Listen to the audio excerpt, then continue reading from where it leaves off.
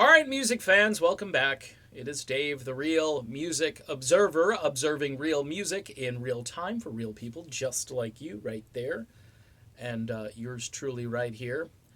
Brian Howe, who is a former lead vocalist for the group Bad Company during the 80s and into the early 90s, um, was kind of chatting with some of his friends about how Paul Rodgers, the current lead vocalist for the group Bad Company, and now part of what's called the Stars Align tour, had a few patrons walking out prior to his performance up in Tampa, Florida. Now, I'm not going to analyze that situation.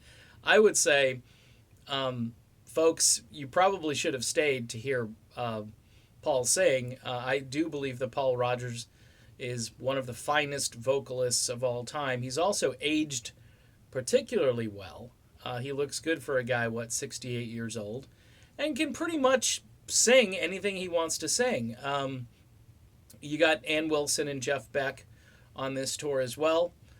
Possibly, folks were getting tired. Look, I went to Journey and Def Leppard, and with all of my talk about Journey, I definitely wanted to stay for the whole show. But maybe three-quarters the way into it, I was like, whoa, this is a lot of music, and I'm not the partying type anymore, and I'm thinking maybe I should just go see one band at a time. So I'm sure age has something to do with it. You hit a certain age, and you're like, you know what? I just want that pillow and that blanket, and I can go listen to the rest of this on headphones at home.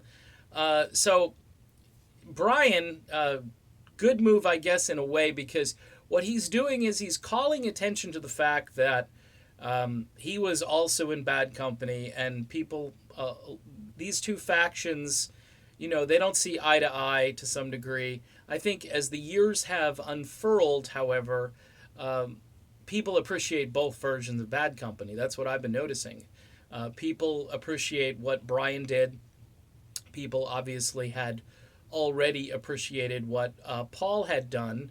But there's been some bad blood, certainly, over the years, and it's unfortunate. But my idea, and I did this in a video I think last year, is you have Brian Howe open up for Paul Rodgers, and you get both versions of Bad Company. You get the successful 70s version of Bad Company, followed by the 80s and early 90s version of Bad Company.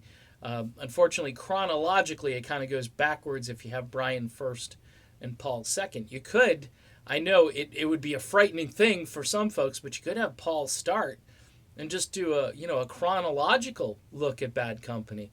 They had a third singer. You could bring the third guy in for, I think, one album or two albums or whatever.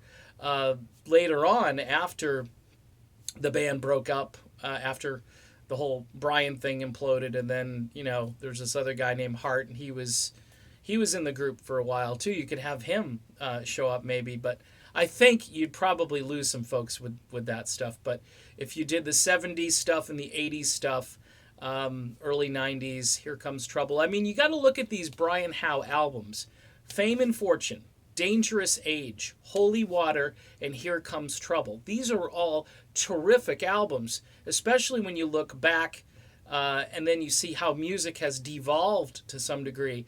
Those albums have aged really well. My all-time favorite is Dangerous Age. The kid smoking the cigarette on the cover is, it's a priceless album cover, and it is a start to finish tour de force. Holy Water, almost as good in my eyes. I like them both. It's, they're kind of like bookends. And the very underrated Here Comes Trouble, and that was a signal because grunge was on the horizon. So Brian was trying to give us a warning. Here comes trouble, and this album isn't going to go anywhere because the drummer doesn't like me, and this horrible music is on the horizon, and just have to deal with it. Even though the first AOR single off of that, it was called How About That. I think it was like their longest charting #1 mainstream rock song. So they still had mojo, but the whole thing, was the rug was being pulled out from under them. So a little bad blood in the bad company camp? Not necessarily. I just think Brian Howe is trying to say, hey, wouldn't it be cool if I was there too? And from a rock fan perspective, from a promoter's perspective, it'd be the best of all worlds. Kind of like that Van Halen album title where they have the best of both worlds, meaning both Sam and Dave. They could have both Paul and Brian, and I think that would be cool. All right, done with this video, and I'll be back soon. Stay tuned.